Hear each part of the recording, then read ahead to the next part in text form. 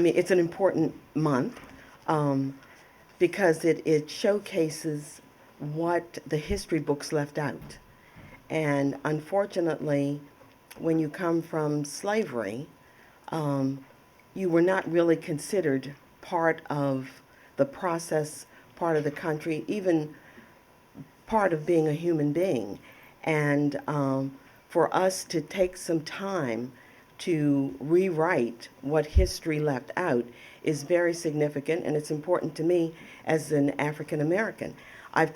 Spoke with some of you about having my great grandfather's papers when he became a free man, and I actually brought them with me this evening that I wanted to show people. I had them preserved at Rockville Art and Frame years ago, and I believe it was Mr. Miller. And I remember I used to bring things to Rockville Art and Frame from the IBM Corporation, because that's where I worked. And I asked him to frame this, and after he did it, him and his daughter told me how honored they were that I allowed them to even have this document in their possession. And it was interesting because I was honored to have met a family like this that I trusted, because we had them for years, but didn't have them preserved. And I had brought so many things to him and struck up conversations with him, and I really trusted him to do that. And that was a big step for me, because there are still people, even today, if I would bring them a document like this, they would have destroyed it. And as much as we want to believe that we've come a long way, there is still a lot of animosity and hatred in the world. So, I'm proud that I was able to have this framed, and I'd like to read it if you'd just indulge me for a few more minutes. It says, and it's in cursive, and it's 1800 cursive, so bear with me. I meant to type it and read it, and I didn't. It says, State of Maryland, Frederick County, to wit, I hereby certify that Alfred Roberts, the Negro man to whom this is given, aged about 21 years, 5 feet, 5.5 inches high. You wonder why I'm so short, because my dad was 6 feet tall. And without perceptible marks, is a free born, as appeared from the affidavit of William Higgins, now on file in my office. In testimony whereof, thereto with, I subscribe my name and affix the seal of the Circuit Court of Frederick County this 24th day of May, A.D. 1860. And it's signed by R. It looks like Fitzpatrick. So thank you. I think that's remarkable. Oh, absolutely.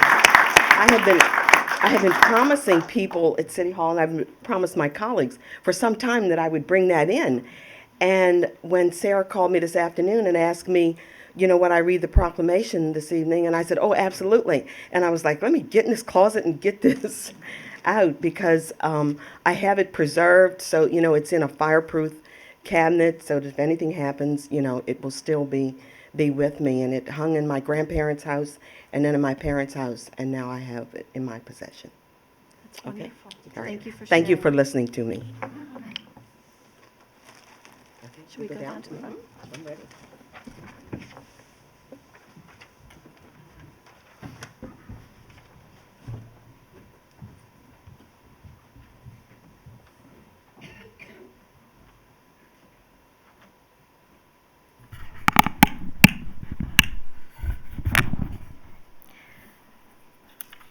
Whereas in 1976, Black History Month was formally adopted to honor and affirm the importance of Black history throughout our American experience, which goes back thousands of years and includes some of the greatest, most advanced, and innovative societies in our history that we can all draw inspiration from. And whereas Black History Month is a time for all Americans to remember the stories and teachings of those who helped build our nation, took a stance against prejudice to build lives of dignity and opportunity, advance the cause of civil rights, and strengthen families and communities.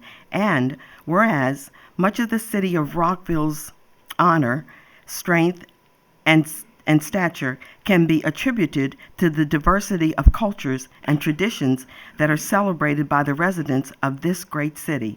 And whereas, as a result of their determination, hard work, intelligence, and perseverance, African Americans have made valuable and lasting contributions to the city of Rockville and to our country, achieving exceptional success in all aspects of society, including business, education, politics, science, and the arts. And whereas during Black History Month, all Americans are encouraged to reflect on past successes and challenges of African Americans and look to the future to continue to improve society so that we live up to the ideals of freedom, equality, and justice.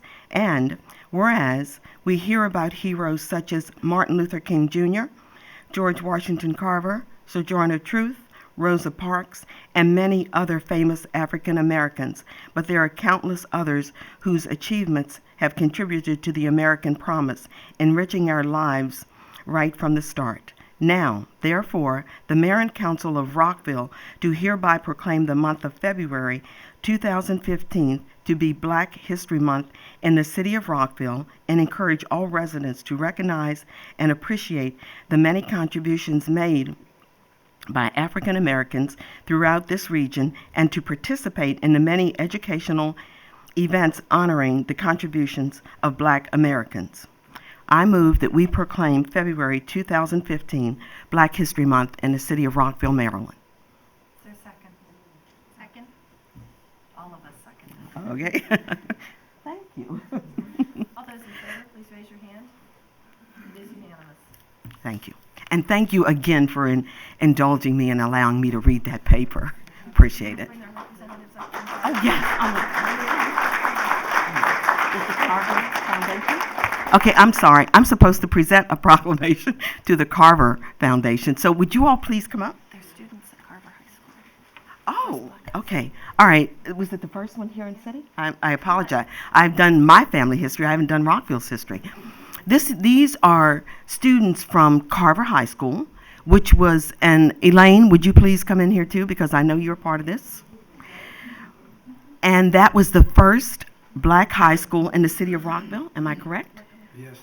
In Montgomery County. Oh, yes, because you know what? Back in the day, we didn't have a Black high school in Silver Spring, a Black high school in Rockville, a Black high school in Rockville. You know, Black students, African American students were put on a bus and bused to their school. Yes, and that was Rockville. Okay, thank you. All right, when you all want to say something, I'll get out of the way. That's okay.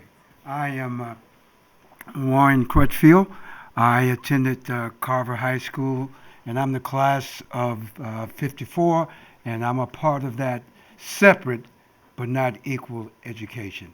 And just like she said, all of the students, entire Montgomery County, came here to Rockville to get an education. And here are a couple of them. They can tell you what section of Montgomery County that they lived in. Okay.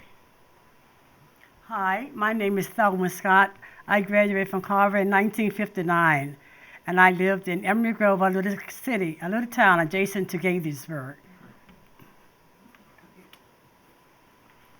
Hi, my name is Annabelle Owens. I grew up right in the town. It was the town of Rockville then, 236 North Washington Street. I went to the elementary school. I could have rolled across the street to it. Clinton Church, Mr. T's was around the corner, and then they built our great Carver High School, and I walked there. But what the rest of them don't know, my father was John Moten, and he helped to put the water lines right in the city of Rockville. Don't ask me anything about it because he's dead and gone. But I know that he worked on he retired from the city of Rockville, as did my husband, Kenneth Owens. And some of you who work here may remember them. But thank you for this opportunity. Hello, my name is Lionel Owens, and I'm a graduate of 1959 from Carver. Oh, I, sorry about that. I resided in a little town, well, it was Storytown, Maryland. That's just outside of Gaithersburg. And we would bus in every morning and bus back in the evening. Hello, everybody knows me. My name is Elaine Crutchfield. I graduated from Carver in 1956. Warren Crutchfield is my brother, and we walked to school. We went to the elementary school. You know, the thing that I really remember that nobody has mentioned is that when we went to elementary school, it was so many kids, we had to go to school half day. We couldn't go to school all day. We had to go to 5th and 6th grade half day. The fourth and the Fourth? and the sixth went in the morning, the fifth 5th and and the the seventh 7th went in the afternoon. Well, anyway, that's our history, and thank you very much for the proclamation. Thank you.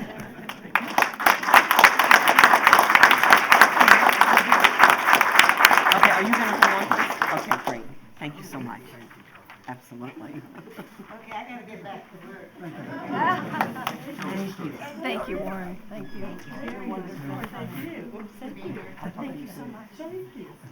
Thank you very much for coming.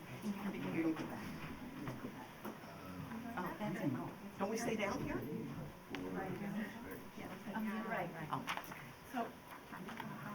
Because I'm always in a rush, I want to say one thing. I went to the car show this weekend, and I saw a young man with a T-shirt on, and especially because of this evening, it really resonated with me again. The T-shirt said, "We can because they did." And surrounding the circle were faces of those very important Black people who came before, who may or may not have their names embedded in history, but some of the names I did recognize. But I just thought that was really interesting. We can because they did. So I thank you all very much for being here.